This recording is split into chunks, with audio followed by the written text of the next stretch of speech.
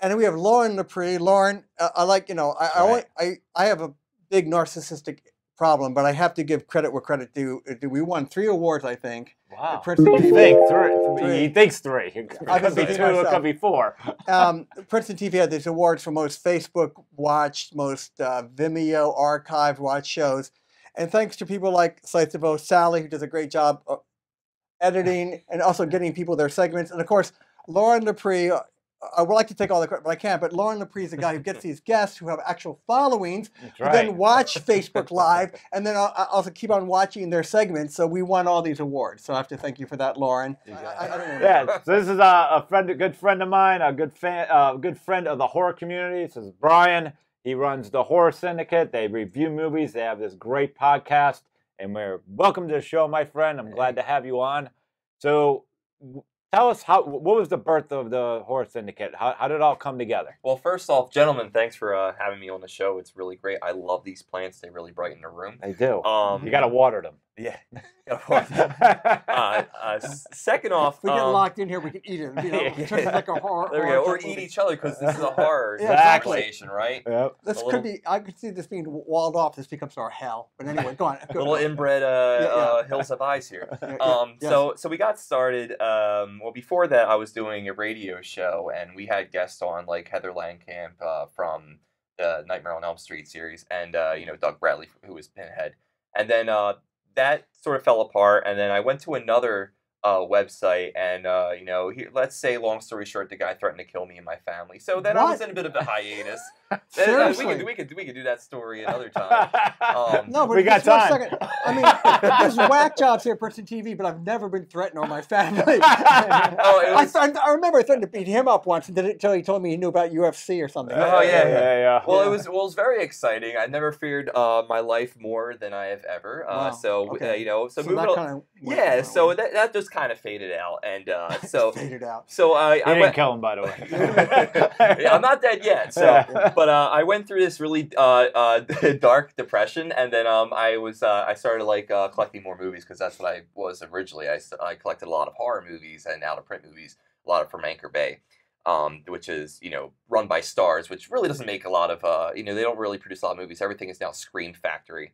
But I met these guys who were doing a panel on a Facebook group for horror movies, and Ray Merrick was, who was the president of the Horror Syndicate, was doing a panel like movie versus movie versus movie, and he got kicked out of the group because they're like, this is not our criteria. This is supposed to be about selling and trading movies. So he requested if anyone would like to join his team. So I saw, and I'm like, and I used to write before. I used to do like a radio show. What the hell? And were you working a day job that you had a family and kid and you're depressed? So I was a bartender working in South Philly. A depressed bartender in South Philly. Well, that's how we. That was running from his life. That was running from my life. And being married and everything, I wanted to really focus on my career as a bartender, and well, that didn't work out very well. So I joined Ray Merrick, and he had another guy, Jared Letourneau, who is now we're all really close, but we never met in real life, but we're still good friends. It's kind of like Catfish, except we're not trying to have sex with each other. And none of you guys actually have met in human form. Yeah, no, we haven't met in human form. Yeah. So they brought me along, and we started doing like because they live all over the United States, right? Yeah, that's right. Ray's from Illinois, and Jared's from Kansas, and then so we started talking about horror movies and like reaching out to people, inviting our friends, and we started off with maybe 500 in the group. And then now we're at 8,000 going on 9,000. It's only been 2 years. And you're selling ads and everything? Are you making money? We attempted the ad thing. The ad thing was disastrous, and we're like, you know what, we really don't. There'll be a time for that. You'll get back to that. Yeah, like if we want to be like Dread Central, we're like, let's start a Patreon. But we didn't do that. We didn't go that route. So everything was word of mouth. Everything was like, our motto was, we're fans for the fans by the fans, and we started to do live Facebook shows. We're like, why not? Let's have a Facebook show. And you kicked it off right, didn't you? And we kicked it off right. Lauren here was our first celebrity guest. There you go. I saw Lauren's planting these seeds of success every place. I saw Lauren. Scythe can still come in here and give you a massage. Go on. I saw Lauren through the social media. I saw him on Facebook. I saw this movie called The Dark Military. Yes. being talked about. And The now famous dark military. now famous dark military, Right. planning 2 more movies. I understand. Yeah, The trilogy. So I hit up who was working as a part-time DP, Steve Carino, and who we met through mutual friends. And He's a producer director too. producer director, and I said, how can I review this movie? And he hooked me up with Lauren, and Lauren was like, hey, I'm from Deptford. I'm like, shit, I'm like 5 minutes from you. And so here I found out that not only is he trying to get his movie out, but he lives 5 minutes from me. And I was like, I have to know this guy. So I hit him up, asked him about his movie, and he was just like, more than welcome. He was just like, here, take this link. This is my movie. Take these photos. Take this. He's like, let me know when the review is like done. Lauren's always ready to go. He has every other fast response. Yeah, fast response. You have to be. Yeah. And market. Market. Yeah, right. But so I watched the movie and I was like, this movie is great. I'm having so much fun with this movie, and it's great because I'm such a huge indie horror guy that when I see movies such as with high production values, such as The Dark Military on like a shoestring budget. You got to give credit to where it's doing. Oh Lauren, yeah, Lauren, to get these people to give their expertise, and they need serious actors. The guy who just straight out of Compton was on. Suge Knight character. Yeah. That's right. You had him, and you had a whole list of like local indie actors who were making a name for themselves. Alex Vincent, Sharon Lynch too. So we decided to get Lauren on our show. Lauren and Steve Carino joined us on our show, and we just all became best friends. Talking about horror movies, and then we talked about 80s canon movies, like Revenge Ninja movies, and Charles Bronson. And, Revenge of the Ninja. Yeah, Revenge of the Ninja. Death Wish 1, 2, 3, stuff like that. Death Wish 3 is my favorite movie out of all. First one I saw. Yeah. It got more and more kind of not ludicrous, but wild. Yeah. I think they were up to 5, right? With Charlie, yeah. Death Wish 3 was like that one. It's hard to kill an old man, Death Wish 3 was that one movie where like the first one was like, this is sad. But it was a phenomenon too at the time because a lot of cities were going through it was like Fort Apache, the Bronx, and it had this concept you have to start defending yourself. So it had that social message there. Yeah. But then Death Wish 3, Vincent Gardenia, the cops he's joining Charles Bronson at the end, saying kill them all or something. That was or 2. No, that was 2. You're right. That was 2. That one was actually composed by Jimmy Page from Led Zeppelin, and then he went on to take my music for the 3rd movie. Okay. And Michael Winner, who was directing it, was like this huge big cigar smoker, and he had personal cigar PAs that would give him a cigar whenever he ran out, and I think 25 of them got fired. Really? So, because they weren't quick enough.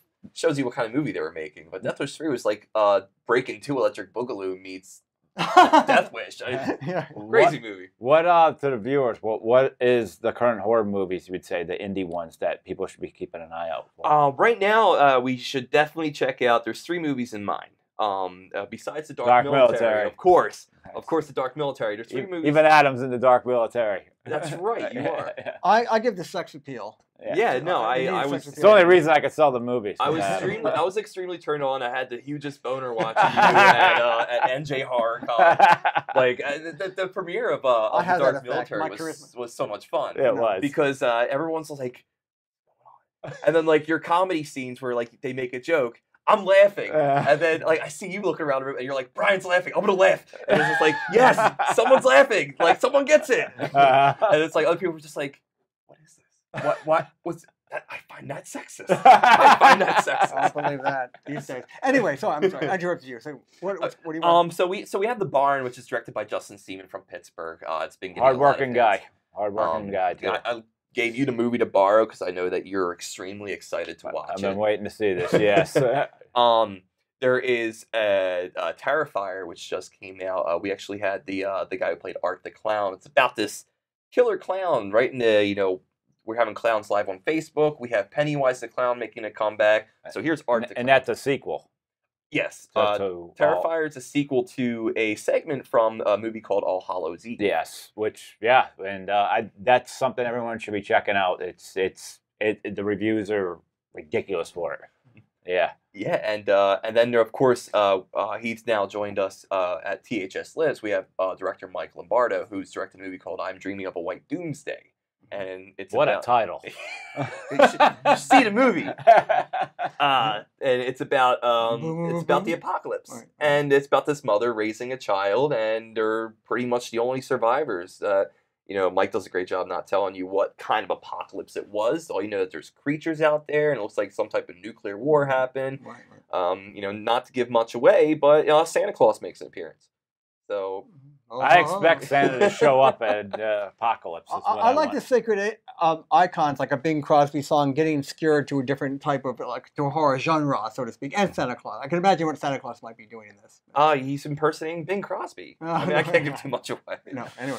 But, how do you, because I'm one of those people, it's one of the reasons I came up with the Dark Military, to introduce new horror icons to the world. But, I mean, we know why they do it, but what's your thoughts on the Hollywood, just when it comes to horror, hitting that reset button repeatedly, which is something I hate. I don't support remade movies. I don't ever, you know. Are you being sarcastic I now? know. Or is my Asperger's kicking in? I can't say it. Okay. You're just the ass. I'll take it. I've had this love-hate relationship with modern horror movies, and it all started when The Fog became a remake. The horror genre really didn't kick into my life until I was closer to being an adult, because I loved all movies and then horror was something I really fell in love with. But The Fog ruined it. I was just like, they need to stop making these movies, and it's not making them PG-13, and they're doing it still to this day. Right. And they haven't learned their lesson yet. But we're getting a lot of great big budget horror movies that are coming out. Even some that are PG-13. I know Jason Blum from Blumhouse is making. Why don't you like PG-13? Because more people can watch it. For someone like us, we like the gore, the horror. Oh, you want up. the right. And you're taming it down. You're basically selling it out. You're trying to water it down so parents could still take their kids. Right. That's commerce has to meet. I mean, art, so the Dark Military is not a bloodfest. It's got its moments, but I mean. Right. No, well, I saw it too. Yeah, but it's not gratuitous. You have a purpose for doing it. You just throw as much gore out there. I looked at was when Dark Military needed to come out. That's why I added action to it. I had the police drama to it, but you still got some horror movie icons. Because what is left to do? Hey, don't go down that back road. Hey, there's a cabin. There's a bad guy that lives on it. And they go anyway. Oh, this house is haunted. They buy it anyway. How many times, I just sometimes cringe when someone sends me their link and I'm like, I don't need to see this. You showed me everything in 90 seconds. And Poltergeist, remember, when they're in the kitchen floor and they get swept. Normal people are like, we're out of here. It's a great home, but we're gone. But they thought it was fun. Yeah. Amityville, get out. Let's buy it anyway.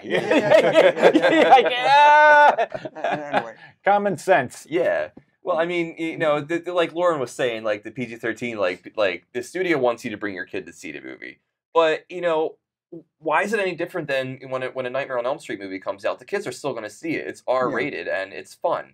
I did. I still saw it. Yeah. I mean, I still went and saw R-rated movies, and it's just something that you do. If it's something that piques your interest, parents are going to take their kids anyway. What I don't like is when parents drop their kids off in the theater and you have all these kids just chatting up through Annabelle. Even though Annabelle was, in my opinion, a garbage movie, and it wasn't until Annabelle Creations came out where I'm just like, let's give this a try. Is the second one good? Because that first one, I was just I was excited about that first one. I was like, and? Well, yeah, I did watch the first one, a little bit on HBO, nothing happened. I turned it off after 40 minutes, actually. Yeah,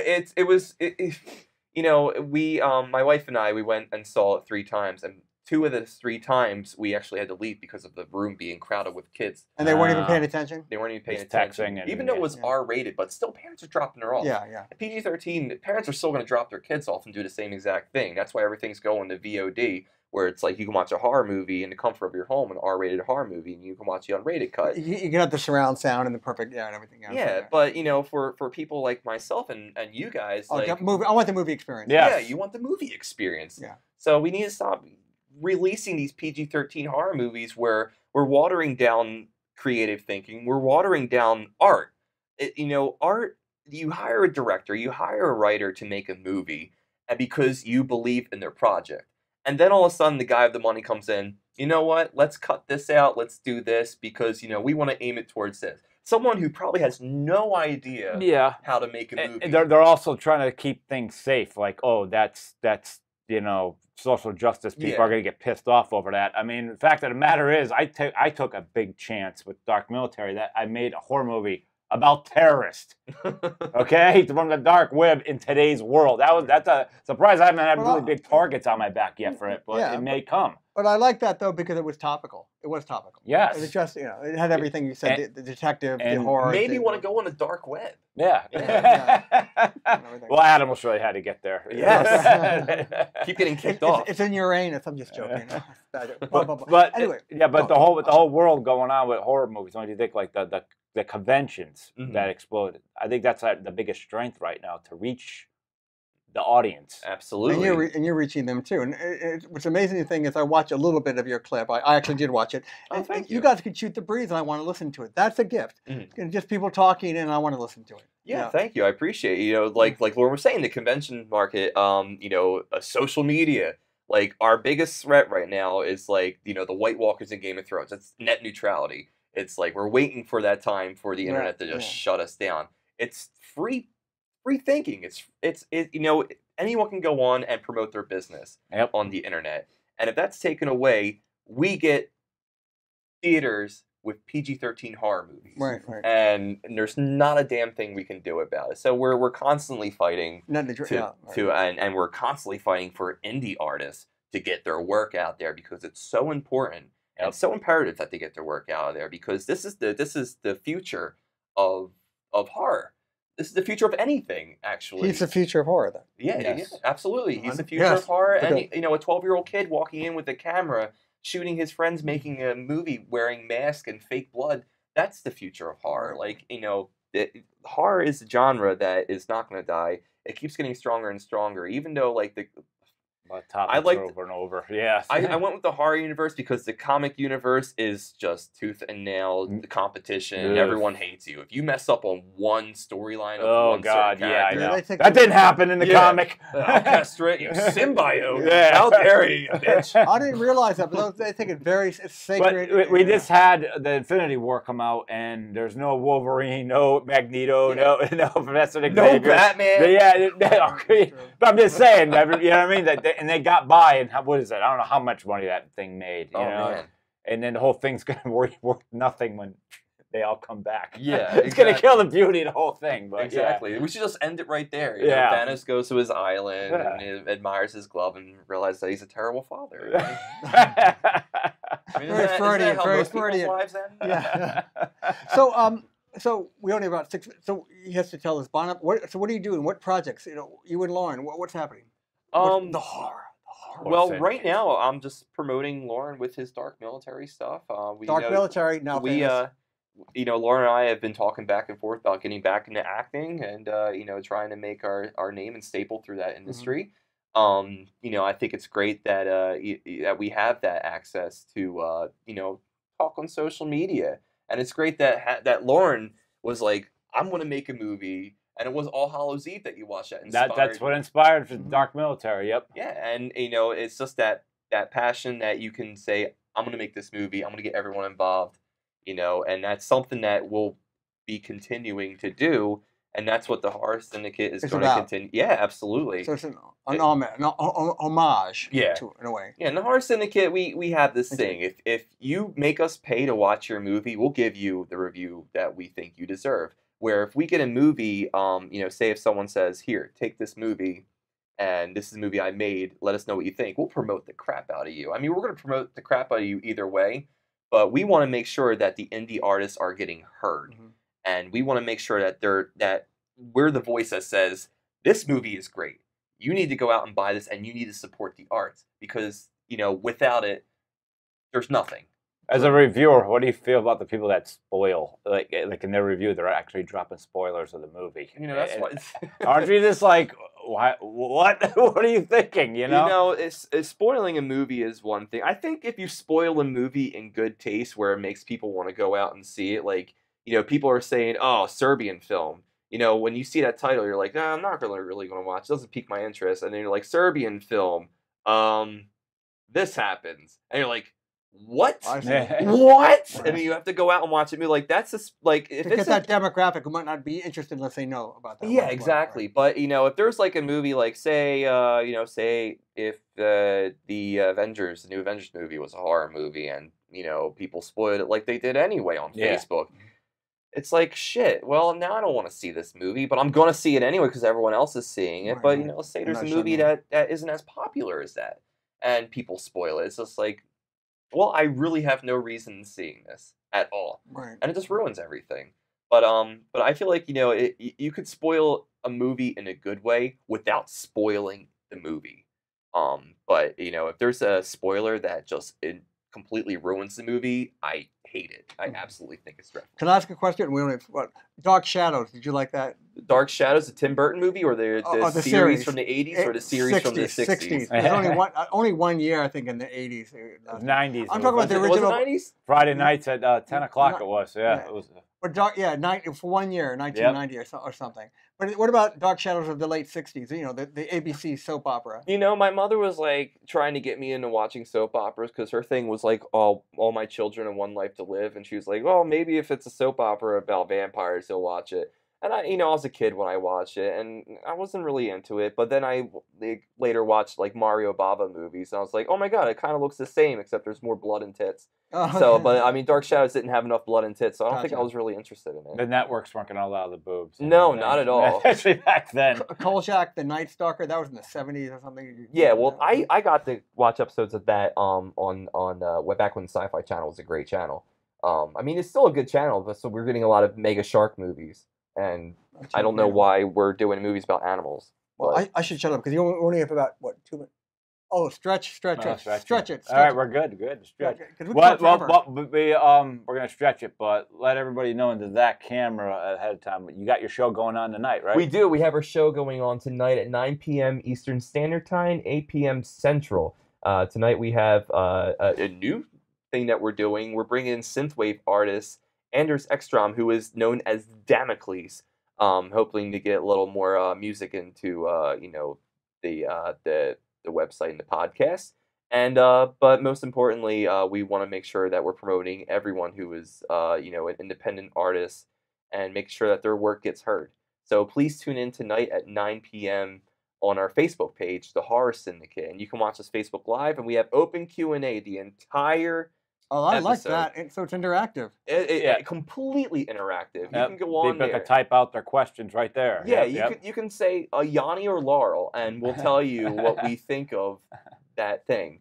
And this is a great time, and I hope that, you know, we give you a great show that you can completely interact with every Friday night, and we'll have more horror guests such as Lauren, and you know, talking more about movies such as The Dark Military. So please, The now hang famous with us. Dark Military. The now famous Dark Military. I am so excited. Brian was recently at my house and got to see my outdoor movie theater and the bar. How Of rad course, was I've that? never been to his house. but Yeah. He has to keep divisions. I understand that. You know. Yeah, it was great. Outdoor movie theater. Yes, I have an outdoor movie theater, 16 foot long, Oh 10 my feet God. hie.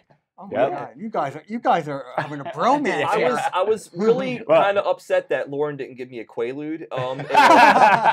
Like, because that's what I was thinking when I was going there. I was just like, You're so retro. I love it. yeah, I'm like 2 drinks. Nah, he's not gonna get. And I'm like 4 drinks, 5 drinks. I'm like, Lauren, here's my beer. Where's the Quaalude?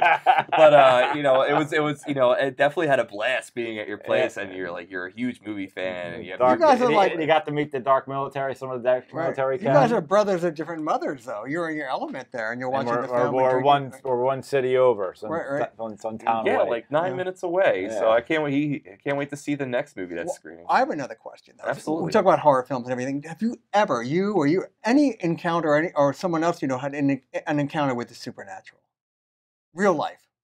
Yeah. Oh, really? Yeah, double yeah.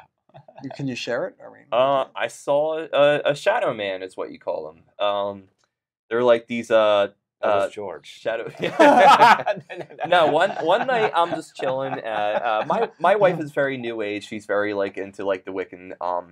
And I'm just like, you know, just go It's for getting it. more depression, Wiccanism. Wicked, I support you. Do, A do broke whatever you want. bartender. Okay. Yeah, broke depressed bartender Okay. who's No, wife's I like Wiccan. it though. It's very diverse. Okay. And, multicultural. Okay, And I sorry. think we were watching some type of movie. I think it was a Disney movie because that happens when you're a father. You get your horror movies get replaced with Disney movies. Yes. Endlessly. And I look in, and for my peripherals, I see this shadow figure. And I'm like, what's that? And my wife's like, what did you see? I'm like, it was that vivid. I saw a shadow figure.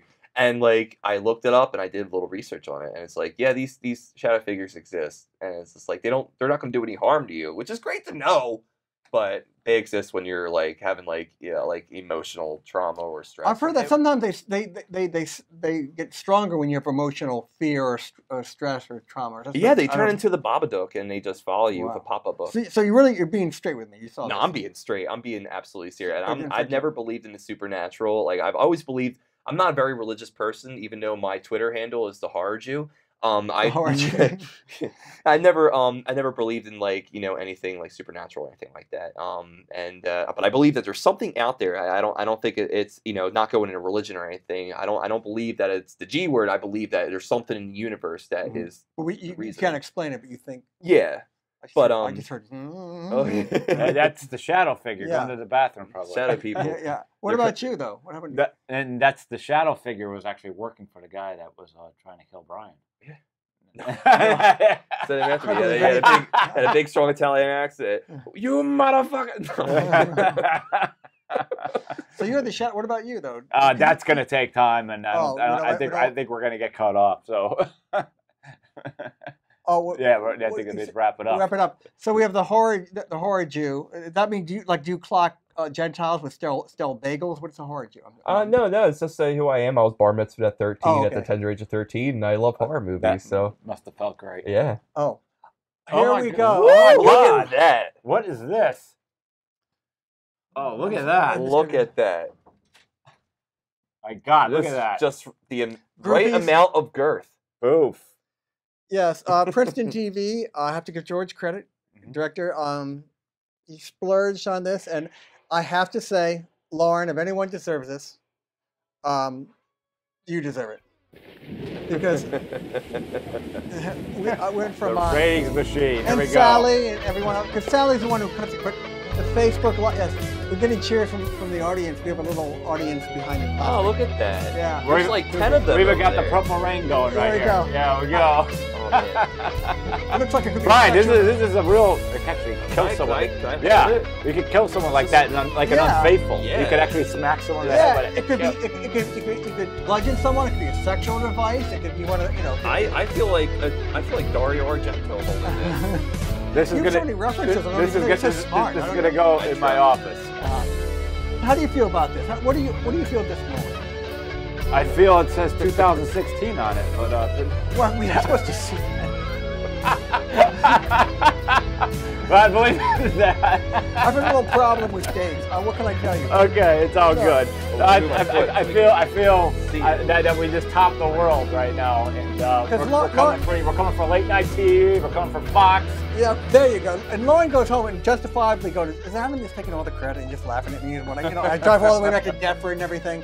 So I'm trying to prove, that we do, Lauren was the one who got guests like you. And Adam normally doesn't wear an Italian tablecloth. It doesn't happen. I was wondering where if there was going to be any ketchup stains from like tomato sauce. Straight out of Sopranos. I'm just happy I'm not drooling on it at this point. Yeah, there you go. Lauren, we should sing it. Lauren made Facebook Live and Princeton TV. Right.